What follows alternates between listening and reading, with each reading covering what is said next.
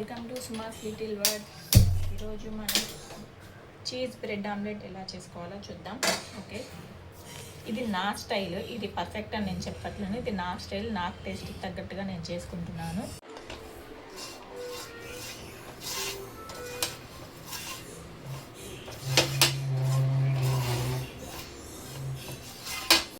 First butter వేసి, already morning మా పాపకి బ్రేక్ఫాస్ట్ చేశాను. ఇదో ప్యాన్ తట్టి ఉందని అనుకోకండి, ఆల్రెడీ బ్రెడ్ చేశాను అనమాట. ఇందులో ఫస్ట్ మనం బ్రెడ్ కాస్త టోస్ట్ చేసుకొని అటు ఇటు బటర్లో లైట్గా, ఎక్కువ అవసరం లేదు ఎందుకంటే ఎలా బ్రెడ్ ఆమ్లెట్ కాబట్టి అందులో కలిసిపోతుంది, టేస్ట్ బాగుంటుంది. కొంచెం బటర్లో ఇలా ఫ్రై చేసేసుకున్నాక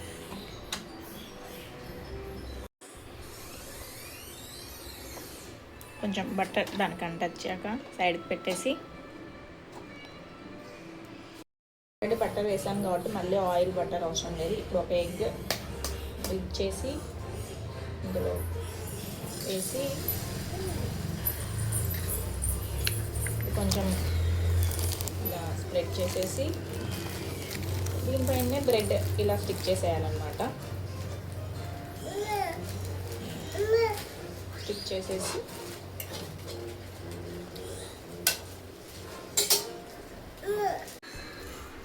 ఇప్పుడు దీన్ని మనం టర్న్ చేసేసుకున్నాం. ఇలా చేసేసుకొని ఇప్పుడు మనం ఇక్కడ చికెన్ చింగ్స్ షెజ్వాన్ చట్నీ చాలా బాగుంటుందండి. ఇది అంటే కొంచెం స్వీట్గా స్పైసీగా కొంచెం బాగుంటుంది టేస్ట్. నాకైతే నచ్చింది. చూడండి ఎంత ఫినిష్ చేశాను. నేను ఓన్లీ దీంతోనే తింటాను. నాకు దీంతోనే ఇష్టము. అండ్ దోశ, ఇడ్లీ వాటికి కూడా యూజ్ చేయొచ్చు కావాలంటే. సో అందుకే నేను ఎగ్లో ఏది ఉప్పు కారం నేను ఏది వేయలేదు, ఎందుకంటే ఇందులోనే ఈ ఫ్లేవర్ చాలా బాగుంటుంది, చాలా టేస్టీగా ఉంటుంది. స్పైస్ చాలా తినని వాళ్ళకి ఇది కొంచెం కష్టము. నేను స్పైసీ చాలా తింటాను కాబట్టి నాకు తగ్గట్టుగా ఉందన్నమాట టేస్ట్. సో ఇది ఇలా స్ప్రెడ్ చేసుకున్నాక కింద బ్రెడ్ కూడా ఫ్రై అవుతూ ఉంటుంది.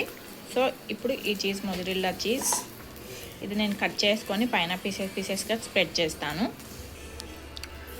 ఇలా చీజ్ స్ప్రెడ్ చేశాక దీన్ని ఇలా టర్న్ చేసేసి స్ప్రెడ్ చేసి పెట్టాం. చూసారా బ్రెడ్ ఎంత మంచిగా ఫ్రై అయిపోయింది. అందుకే ఇంతమంది ఫ్రై చేయకపోయినా పర్లేదని చెప్పి అన్నాను అనమాట. అమ్మ ఇది ఇలా ఫ్రై చేసి, ఈమె మా చిన్న పాప అండి. హాయ్ చెప్పు దివి. హాయ్. సో ఇలా చేసేసుకున్నాక ఇంత మంచిగా అయిపోయింది. ఈ టైంలో చీజ్ కూడా మంచిగా మెల్ట్ అవుతుంది అండ్ బ్రెడ్ కూడా ఫ్రై అయిపోతుంది. అంతే, మన bread cheese omelette with schezwan chutney ready. 2 బ్రెడ్స్తో omelette and papaya. Only bread అంటే నాకు సరిపోదండి. నేను ఈవినింగ్ ఓన్లీ డేలో నేను 2 టైమ్సే తింటాను. Morning breakfast and evening lunch చేసేసాను. అంటే ఇంకా లంచ్ డిన్నర్ అదే అనమాట. సో అలా మా సెకండ్ పాప తర్వాత నాకు వెయిట్ లాస్ అవ్వడానికి చాలా గ్యాప్ ఇస్తుంది, టైం సరిపోక వాకింగ్కి వెళ్ళడానికి. సో డైట్ కూడా నాతో అవ్వదండి. నేను అస్సలు ఫుడ్ కంట్రోల్ చేసుకోలేను, క్రేవింగ్స్ చాలా వస్తుంటాయి నాకు ఇప్పుడు కూడా. సో అందుకని చెప్పి ఇంట్లో ఉన్నంత వరకు ఓన్లీ 2 టైమ్స్ తినడానికి ట్రై చేస్తాను. సో బయటకు వెళ్ళినప్పుడైతే, ఇంటికి వెళ్ళినప్పుడు, మమ్మీ వాళ్ళ ఇంటికి వెళ్ళినప్పుడు ఇంకా తప్పదు కాబట్టి తినేస్తాను. అందుకే అలా ఓవర్ ఫీడ్ చేసినా మన ఇంట్లో ఉన్నప్పుడు ఇలా కొంచెం మనం డైట్ చేస్తూ ఉంటే అదొక సాటిస్ఫాక్షన్ అనమాట. ఓకే, మనం కంట్రోల్లోనే తింటున్నాము అని చెప్పేసి. అలా మీకు కావాలంటే నా వెయిట్ లాస్ జర్నీ కూడా పెడతానండి.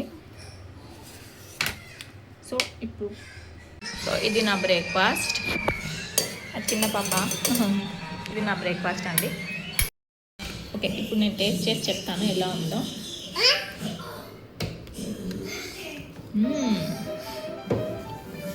చాలా బాగుంది, అంటే నాకు నచ్చుతుంది ఈ టేస్ట్. కావాలంటే ట్రై చేయండి. షెజ్వాన్ చట్నీ చాలా బాగుంటుంది taste. And papaya. This is my breakfast. మీ బ్రేక్ఫాస్ట్ ఏంటో నాకు కమెంట్ చేయండి. థ్యాంక్ యూ అండి. Thank you for watching. ఇది మా పాప డెలివరీ తర్వాత అండి. నేను ఇంత లావుగా ఉన్నాను. అప్పుడు మా పాపకి 2 months, ఇది 9 months. అప్పటికి కూడా అంతే వెయిట్ ఉన్నాను. ఆఫ్టర్ 1 year, నేను వితిన్ 1 yearలో నేను వెయిట్ తగ్గిపోయాను. చాలా డైట్ చేసి, వాకింగ్ చేసి చాలా వెయిట్ తగ్గాను. మా పాప అండి, మా పెద్ద పాప ఈమె. సో మీకు నా వెయిట్ లాస్ జర్నీ కావాలంటే నాకు కమెంట్ చేయండి, నేను షేర్ చేస్తాను. Thank you.